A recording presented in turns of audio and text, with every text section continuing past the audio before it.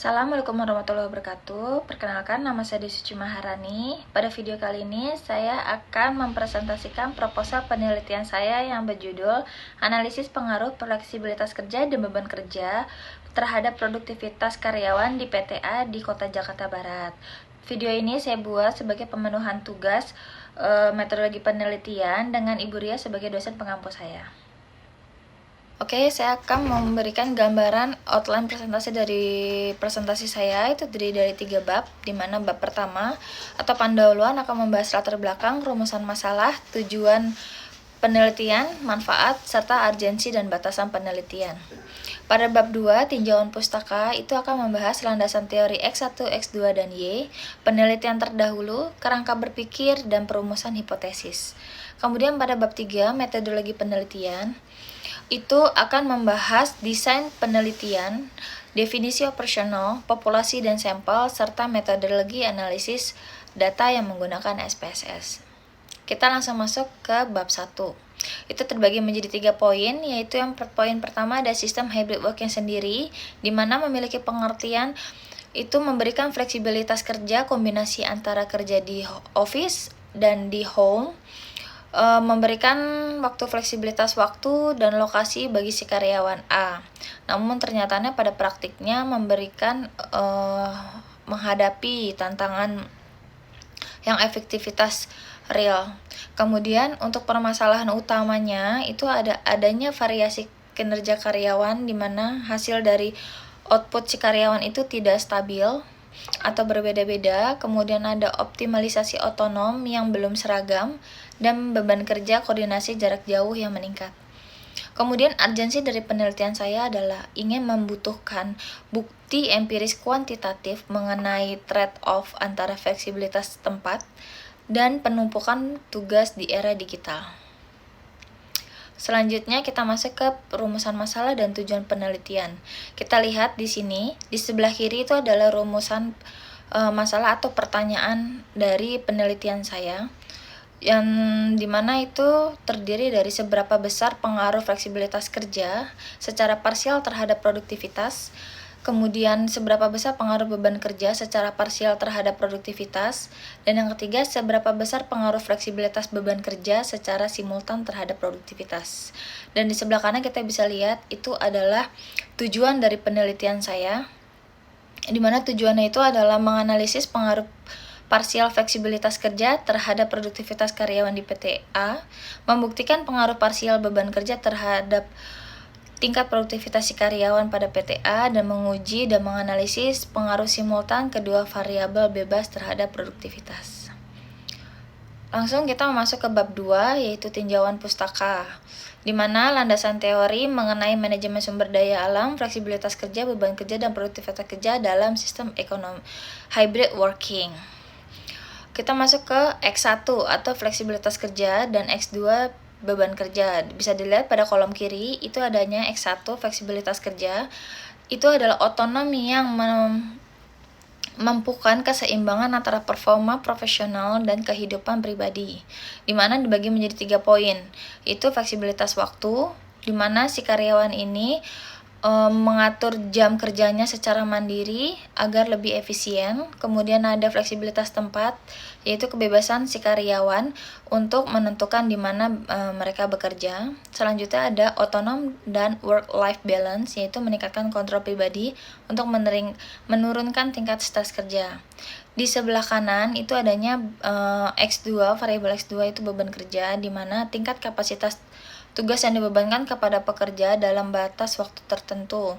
Terbagi menjadi 3 poin, yaitu aspek kuantitatif, di mana membahas volume, target fisik, dan batasan tenggang atau deadline. Kemudian adanya aspek kualitatif, itu kompleksivitas tugas baru dan koordinasi virtual yang intensif. Kemudian adanya dampak seimbang, yaitu beban berlebih berakibat pada jenuh atau burnout yang menurun untuk output kerja. Kemudian ada variabel terikat kita, yaitu produktivitas dan kerangka berpikir. Dilihat di sebelah kolom kiri itu membahas tentang produktivitas karyawan. Ini kemampuan output kerja optimal secara efisien, yang menjadi indikator utamanya itu adalah kuantitas dan kualitas hasil kerja si karyawan, ketepatan waktu menyelesaikan tugas, dan kemampuan inisiatif dan kerjasama kolaboratif dalam lingkungan virtual.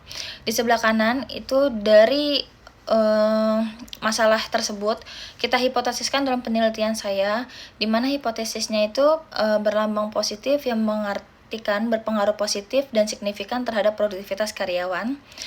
Dan H2 beban kerja berlambangkan negatif yang artinya berpengaruh negatif dan signifikan terhadap produktivitas karyawan kerja. Dan kemudian H3-nya itu atau hipotesis ketiga itu fleksibilitas kerja dan beban kerja berpengaruh signifikan secara simultan terhadap produktivitas Y. Kemudian kita lanjut ke penelitian terdahulu. Di sini kita bisa lihat adanya 10 penelitian terdahulu, namun ada 5 penelitian yang bersangkut paut atau sesuai dengan penelitian saya.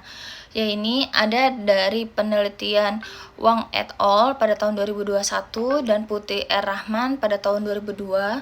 Penelitian ini menunjukkan di mana fleksibilitas kerja ini berpengaruh positif terhadap produktivitas si karyawan. Kemudian ada penelitian dari Sari et al. 2023 dan Hidayat et al. Pada tahun 2023. Penelitiannya menjelaskan bahwa beban kerja itu berpengaruh negatif terhadap produktivitas.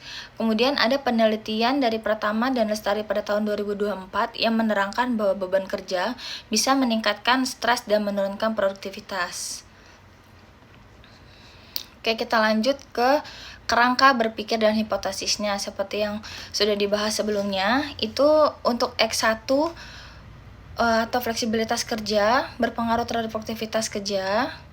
Kemudian X2 menghasilkan hipotesis 2 berpengaruh terhadap produktivitas kerja, dan X1 dan X2 secara simultan atau H3 berpengaruh terhadap produktivitas kerja. Kemudian kita langsung masuk ke bab 3, yaitu metodologi penelitian, di mana ini rincian operasional desain penelitian kuantitatif, jadwal pelaksanaan, teknik pengumpulan, dan instrumen analisis statistik. Kita langsung masuk ke desain dan lokasi penelitian. Pendekatan penelitian yang saya lakukan itu adalah kuantitatif asosiasi kausal yang bertujuan menguji arah dan besaran kekuatan hubungan sebab dan akibat antar variabel secara ilmiah. Lokasi penelitian saya adalah di PTA di Jakarta Barat yang berfokus pada riset pada jajaran divisi internal yang masih mengadopsi skema kerja hybrid secara aktif. Kemudian instrumen utamanya adalah kuesioner berstruktur skala Likert 1-5 yang didistribusikan secara digital dan diproses menggunakan bantuan software SPSS. Untuk jadwal penelitian saya itu 7 hari, di mana hari pertama sampai hari kedua itu adalah melakukan persiapan lisensi kuesioner dan perizinan di PTA. Kemudian di hari kedua dan hari ketiga kita melakukan uji validitas instrumen dan penyusunan kuesioner akhir. Dan hari ketiga, hari keempat itu kita sudah mulai melakukan penyebaran kuesioner digital dan sampel ke PTA. Dan hari 4 dan kelima kita melakukan pengumpulan data rekapitulasi. Dan hari kelima dan sampai ke-6 itu kita melakukan pengolahan data statistik SPSS dan menguji asumsi. Kemudian hari ke-6 dan ke-7 kita menganalisis regresi berganda dan menyusun draft untuk laporan tersebut. Oke, lanjut metode sampling dan tekniknya. Itu saya melakukan populasi sampel di mana populasi sasaran itu seluruh karyawan di PTA. Kemudian metode penarikan itu probabilitas sampling dengan pendekatan sample random sampling, dan penentuan jumlahnya itu saya menggunakan sistem matematika solving agar batas kelonggaran ketidakstabilan itu 5%.